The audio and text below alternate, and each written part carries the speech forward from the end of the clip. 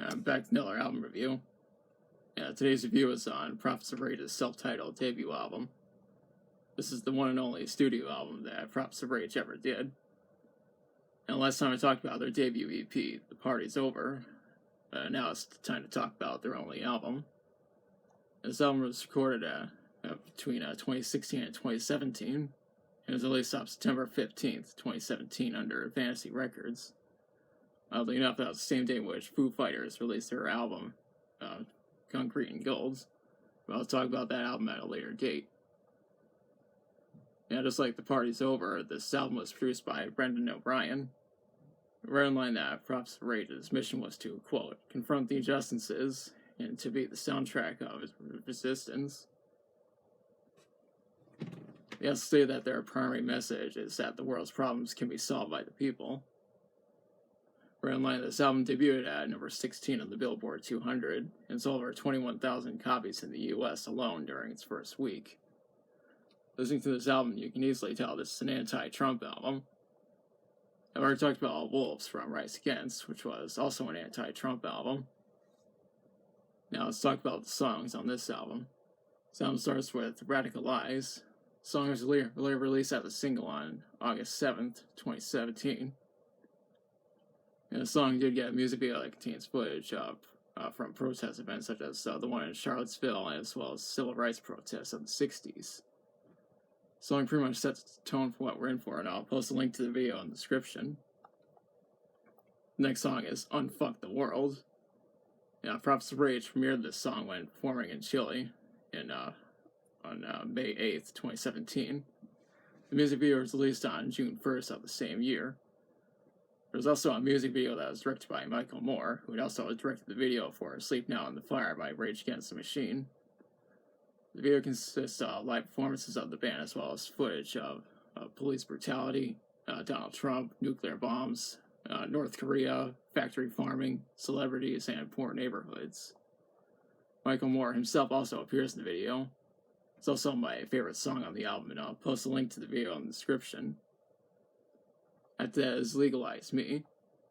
As you may have guessed, the song is about marijuana legalization, which is a very important topic in today's world. After all, most Americans support the legalization of marijuana since it has its benefits. For you ask, I am with the majority of people who support marijuana legalization. It's also a topic that Be Real is an advocate for, and I respect him for that. Living on the 110 is what comes next. The song was released as a single on July 12th, 2017. The band even performed the song on The Tonight Show starring Jimmy Fallon, September 12th, 2017. The song also has a music video that shows statistics between about inequality between the rich and the poor in the U.S. Now I'll post a link to the video in the description. The Counteroffensive comes next. This is the shortest song on the album since it's only 37 seconds long. After that is Hail to the Chief. Now, the song is about how Donald Trump's actions are used to distract the public from Mike Pence's plans. The song also got a music video that was directed and produced by David C. Snyder and Carl Ryder. It shows the White House as a Trump Tower, with African Americans hanging in the front lawn. There are also depictions of members of the Nazi Party, and even Trump himself doing the Nazi salute. Mike Pence is also shown praising Trump's actions. I'll post a link to the video in the description. Take Me Higher comes next. The song seems to be about combat drones being used to kill targets. Strength in Numbers comes next, and it's about taking a stand against the enemy. Fire, Shot, and Who Owns Who are memorable songs that come after that.